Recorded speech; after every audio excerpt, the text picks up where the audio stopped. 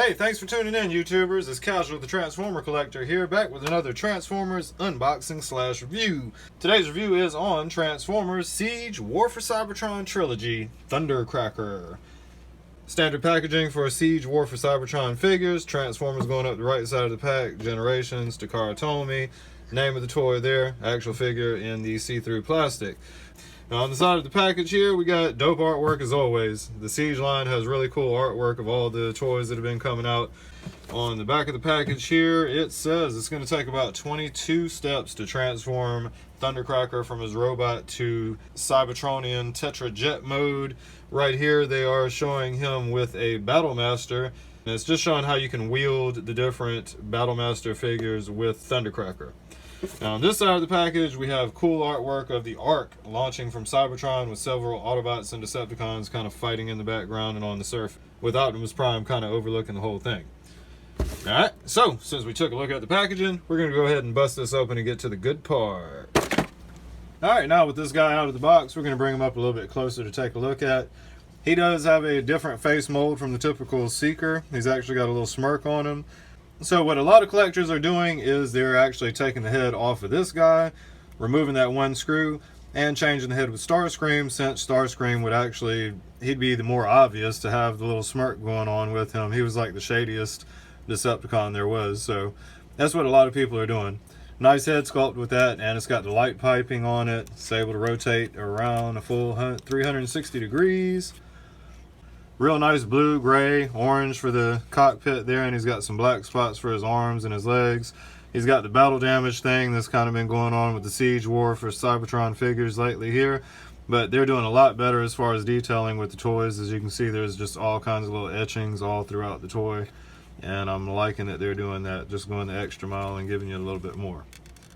There's the back of it with the Tetra Jet, obviously just kind of sitting on the back as a backpack. But as you see, the etching kind of goes throughout on the front and the back of the figure. So, and it's got battle damage kind of splashed throughout there, which is fairly easy to remove from what I hear. A lot of people are just using alcohol to pull that off if they don't like it. So, now articulation with him, that head will spin around 360 degrees. He's going to have a joint right here. Rotate the arm all the way if you want to. You got to watch out for these wings on the back. Wings on the back also kind of have a double hinge thing going on for transformation. So you can flare them up if you want to get some cool poses like that out of it. That joint is also going to be able to lift like this if you want to the side. And just under that, you're going to have a little bicep swivel right there, so you can rotate that around. And then he's actually going to have a double jointed elbow there, so you'll be able to get some nice, super deep elbow bends with him. Now the legs actually will spread out doing the Van Damme kind of thing here. And they'll also go really far forward, not so much backwards because of all this backpack kibble he's got going on here. Now just under those joints right there, you got a swivel point, so you can rotate the leg all the way around. And then he has a knee joint right here on the figure, so you can get some nice deep knee bends. Down at the foot, it's going to flare forward, and it's also going to go backwards just a hair. Also going to have the side-to-side pivot on it just a little bit, not very much at all, but get a little ankle tilt there. So all in all these joints make some very cool posing options for Thundercracker. Now since I mentioned about the head, it figured it'd be cool to bring Thundercracker and Starscream in, two of the original trio of jets in their Cybertronian forms here. And we'll spin them around so you can look at both of those guys. Nothing has changed except for the paint. Hasbro is notorious for painting different jets, and me, like many other collectors, buy every one of the different colors. It's a strange addiction, but very nice figure. Very nice figure indeed. Now, in an attempt to make this guy look a little more G1, I've actually gotten a 3D printer recently, and I went on to Thingiverse and I found somebody else. I take no credit for creating these, but I found these little molds for G1 style blasters for these jets. Actually didn't do so hot with matching up the colors, but I made these guys to display with him On Thingiverse, I found this as well. It's a little coronation crown, and I just printed it out in blue plastic here. And this is supposed to be made for these guys, but it doesn't really have any attachment points per se. Looks like I'd probably have to put something, some kind of putty or something right behind the front of the crown there to even make it sit. But it does fit around the head, so thought it would be cool to have for all the different color jets that I'd make these little coronation crowns and replace the blasters with G1 style blasters. So there those are in there. Just figured I'd show that off. So if you got a 3D printer, you have options on Thingiverse to be able to get some G1 style blasters for these guys. And since these guys use 5mm ports just like G1, you could even make some in colors to fit with the G1 figures if you want to do so. But I just thought it'd be cool to show off a little extra thing that I did for these jets. So I've kind of got different color schemes with the blasters and the crowns. Alright, now to transform this guy, we're going to go ahead and keep these blasters off. They just tend to get in the way in the end. First thing we'll do, just like the other Seeker molds, we're just going to open up this arm, fold the hand into the forearm there, and I'm just going to leave it to the side kind of. Then we're going to pop this other arm open the same way we did the first one. Just going to open it up here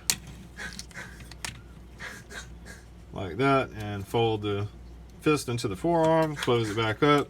Arms are actually going to kind of push up onto themselves. I could have left it open to do that, but it's not too much of a hassle just to push them up onto themselves like that. Now the back of the jet here, I'm going to kind of lift up to get these two pieces loose here. That whole backpack will kind of raise up somewhat, and you get these two pieces free right here, and you're going to fold them forward to the front of the jet here, just like that. These will tab together through these two little points right here. Just going to plug together, snap together for the front of the jet. Then we're going to bring the, we're going to take this head here, and we're going to fold it, spin it around and fold it back into the jet. Then this little chest section is going to come loose. We're just going to kind of leave it loose at the moment because it's going to kind of snap up onto the back here later. Now the legs, you're going to rotate those around right at the thigh section there. And then this little part back here, as you see, pushes in. So the leg kind of collapses onto itself, and then you close up these little bits down here at the foot. Now same thing with that other leg. We're going to rotate it at the thigh, and then this piece is also going to push down here so the leg kind of collapses onto itself. You might have to push it in while you're closing up the back. Then we'll close up these little black pieces so that they're the thrusters for the jet, and we'll get the cockpit down up front with the legs here, just like that. And now we should be able to fold these wings down to the sides, and they'll kind of click up under the front of the jet there like that.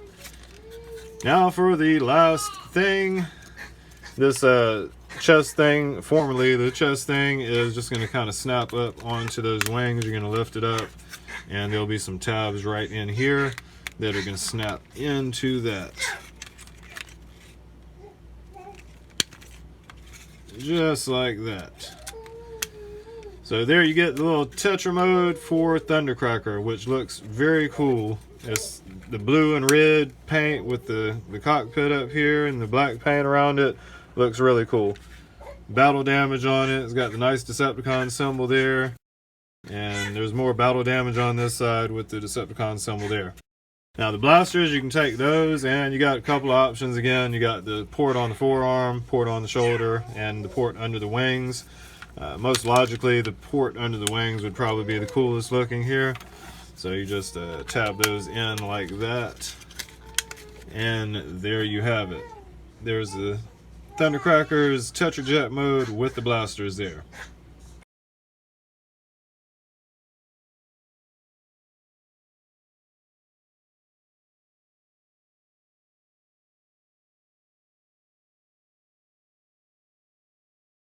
So that would actually conclude my unboxing slash review for Transformers Siege War for Cybertron Trilogy Thundercracker. If you guys like the video, be sure to click the like button. Also, please leave me a comment. I love chatting with you guys. I've made some really cool friends on YouTube over the past couple of years.